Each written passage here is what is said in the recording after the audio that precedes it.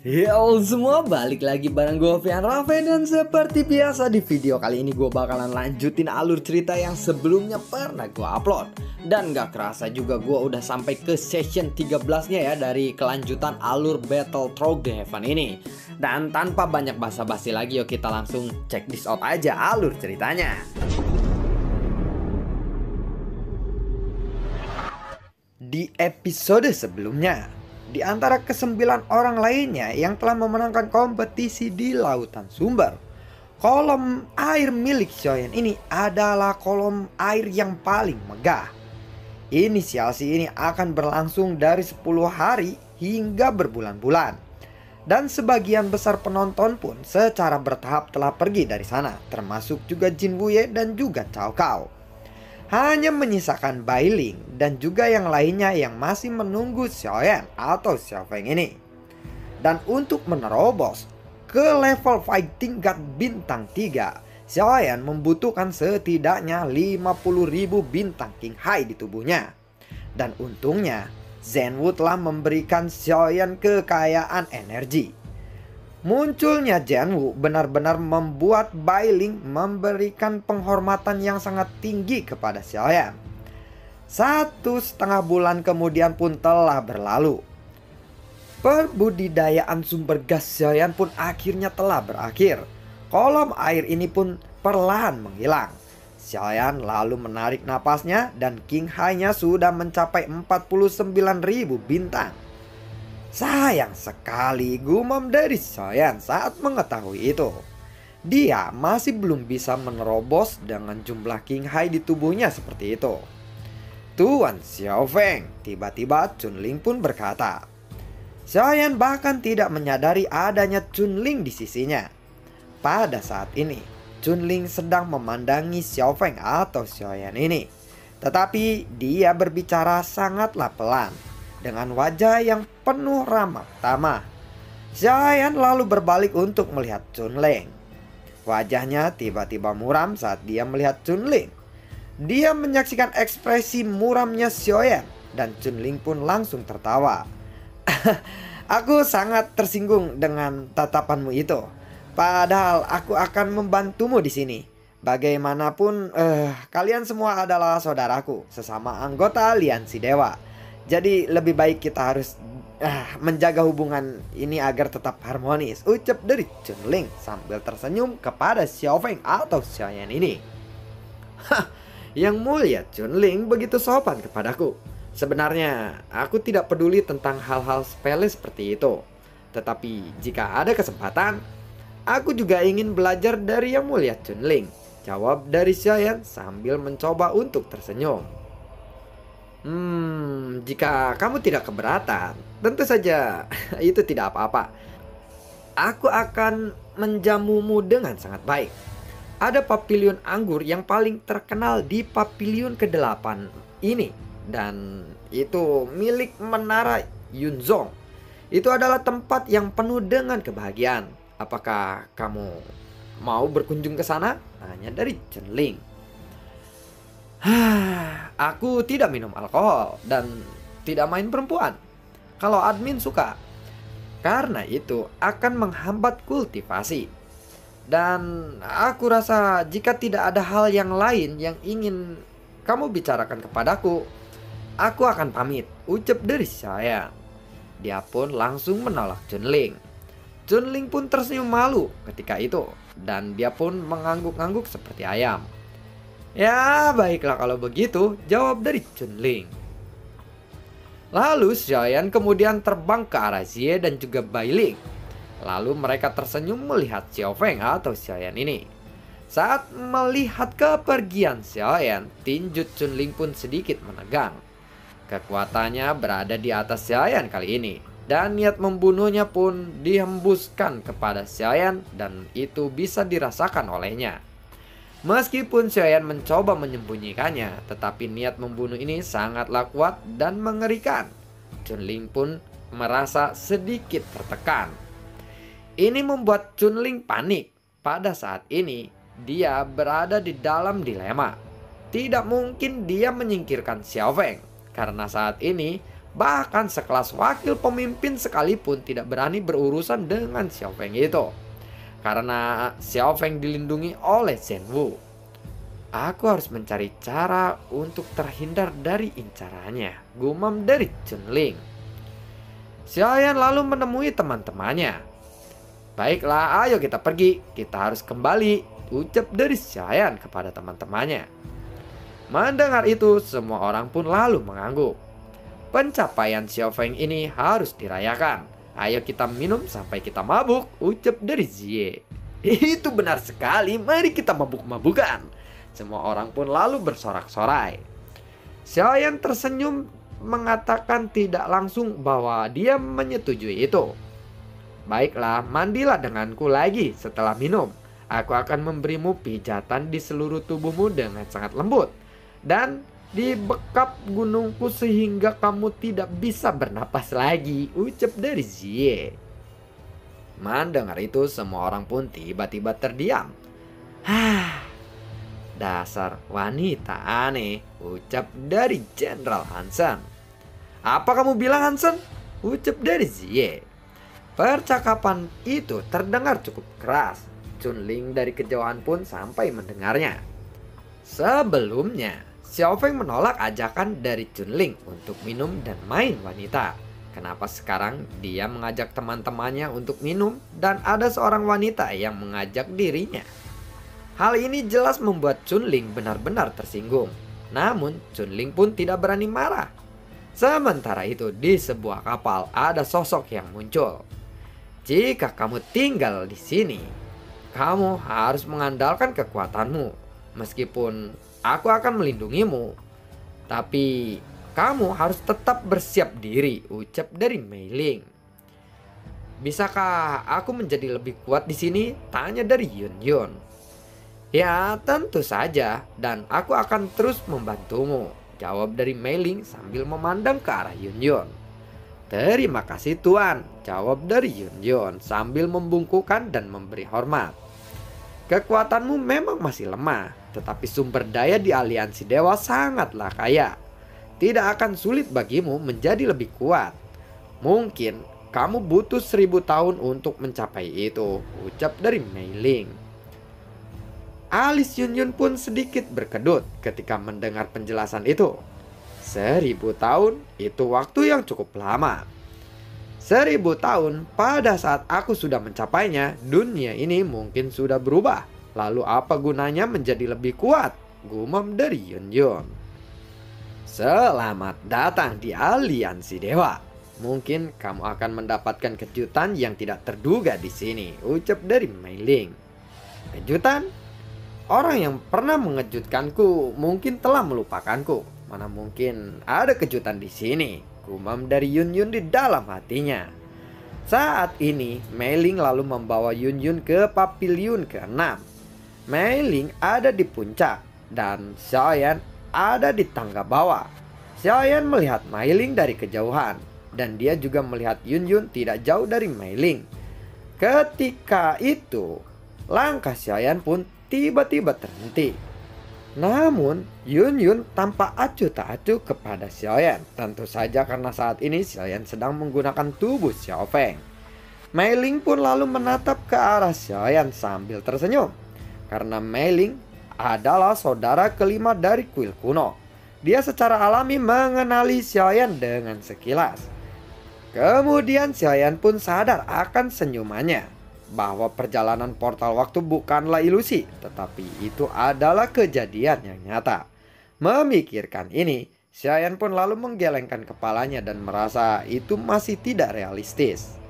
Setelah melihat Mei Ling dan Yun Yun, Xiaoyan pun memberanikan diri untuk memastikan bahwa ini memang terjadi. Pada saat ini, Xiaoyan sedang dalam suasana yang sangat rumit. Jika Yun Yun mengenalinya, pasti akan ada banyak emosi yang terluapkan. Xiaoyan pun lalu menyaksikan Mei Ling pergi. Sementara itu Bai Ling dan yang lainnya menatap ke arah Xiao Feng atau Xiaoyan yang terlihat kebingungan. Hei Tuan Xiao Feng, apakah ada masalah? Tanya dari Bai Ling. Xiaoyan pun segera menggelengkan kepalanya dan dia terus melangkah menuju pavilion ke-9.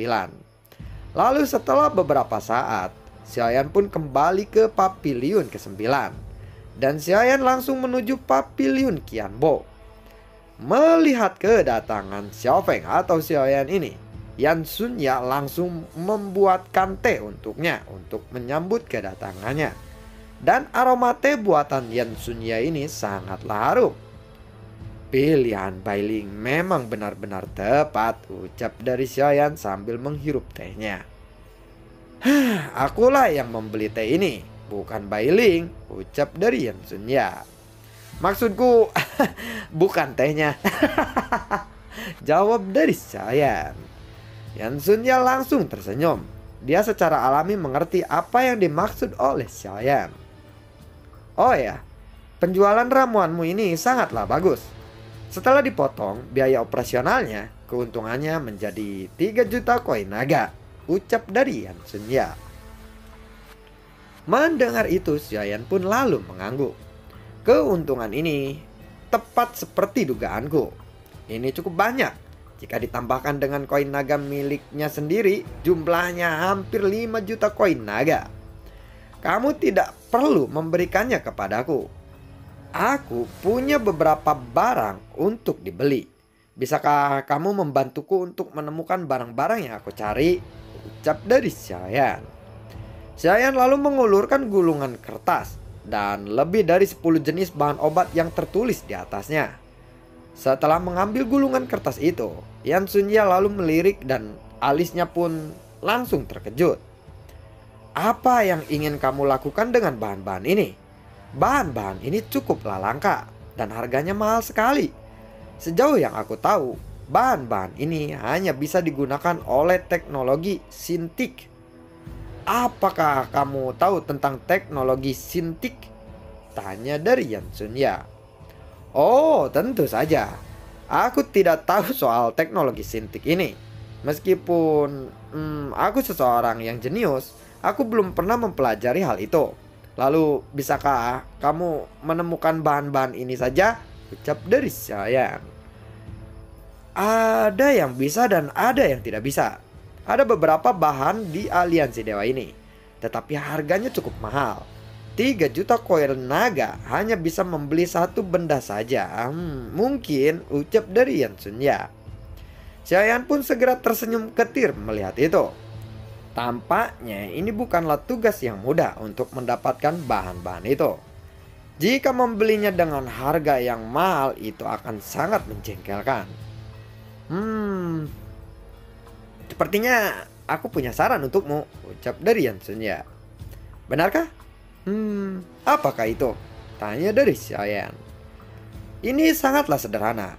Koin naga ini akan cukup untuk membeli bahan-bahan ini, tetapi kamu harus menunggu pasokan bahan obat datang. Dan itu akan membutuhkan waktu yang sangat lama. Dan cara kedua, jika kamu ingin dengan cepat mendapatkan semua bahan yang kamu inginkan, kamu hanya perlu mencari orang-orang yang memiliki bahan-bahan itu. Dan begitu kamu menemukannya, akan jauh lebih mudah untuk menanganinya, bukan? Ucap dari Yan Xunya. Maksudmu aku harus membunuh mereka semua? Tanya dari Xiaoyan. Mendengar itu, Yan Xunya pun mengangguk. Hei, bukankah pertempuran pribadi dilarang di aliansi dewa ini? Kenapa aku harus membunuh untuk mendapatkan bahan-bahan itu? Tanya dari Xiaoyan. Tidak, kamu tidak perlu memburu mereka di aliansi dewa. Kamu tinggal memilih cara yang mana yang ingin kamu gunakan. Yang pertama, lebih aman, tetapi membutuhkan waktu yang lama. Dan yang kedua, lebih berbahaya, ucap dari Yan Xunya. Benarkah aku bisa menemukan orang-orang yang memiliki bahan-bahan itu di sini? Tanya dari Xiaoyan. Ya, tentu saja. Itu tidaklah mudah, tetapi baru-baru ini aku mempunyai info tentang tetapi aku tidak bisa memberitahukanmu secara gratis. Ucap dari Yan Xunya. Baiklah, aku akan memberimu 1 juta koin naga. Apakah itu cukup? Tanya dari Xiaoyan.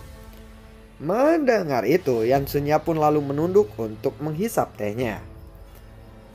Berita penting seperti ini, aku pikir itu bisa bernilai 10 juta. Ucap dari Yan Xunya. Kita kan sudah berteman baik. Beri aku diskon, ucap dari Xiaoyan. Baiklah, berapa tawaranmu? Tanya dari Yan Xunya. Bagaimana kalau 3 juta itu? Jawab dari Xiaoyan. Ya, mau diapakan lagi? Lagi pula, hanya ini yang kamu miliki. Baiklah, kalau begitu aku setuju. Jawab dari Yan Xunya. Setelah berbicara seperti itu, Yan Xunya lalu memegang sebuah gulungan kertas di tangannya dan kemudian memberikannya kepada Xiaoyan. Setelah Xiaoyan mengambil gulungan kertas itu, dia lalu membuka dan melihatnya. Lalu wajahnya pun tampak terlihat aneh. Apa ini berita yang kamu punya? Tanya dari Xiaoyan. Iya, ucap dari Yan Xunya sambil tersenyum bangga. Isi dari gulungan kertas itu sangatlah sederhana. Di dalamnya adalah dana suatu tempat di dalam lautan Void. Dan aliansi dewa sedang mengatur sebuah tim untuk bersiap ke sana. Sialan brengsek, jawab dari Xiaoyan. Tetapi ini adalah berita rahasia dan tidak semua orang mengetahuinya, jawab dari Yan Xunya. Xiaoyan merasa jengkel karena dia merasa dibodohi oleh gadis itu. Tentu saja aku mengetahui bahwa berita ini cukup penting, tetapi trik ini benar-benar membuatku jengkel, jawab dari Xiaoyan. Yang mulia Xiao Feng, lebih baik mari kita pergi dengan cepat. Jika tidak kita akan terlambat, jawab dari Yan Xunya. Xiaoyan pun langsung berdiri. Perjalanan semacam ini sangatlah berbahaya. Tetapi jika dikelola oleh aliansi dewa, Xiaoyan kali ini harus menemui Cao Cao terlebih dahulu. Xiaoyan lalu meninggalkan pavilion Qianbao dan langsung pergi untuk menemui wakil pemimpin Cao Cao. Tetapi ternyata Zhongbo menghampiri Xiaoyan dan memberitahu Xiaoyan bahwa Cao Cao sedang menunggu di rumahnya. Xiaoyan pun merasa bergembira mendapatkan keberuntungan ini. Tetapi Zhongbo menyuruh Xiaoyan untuk tetap berhati-hati saat menemui Cao Cao.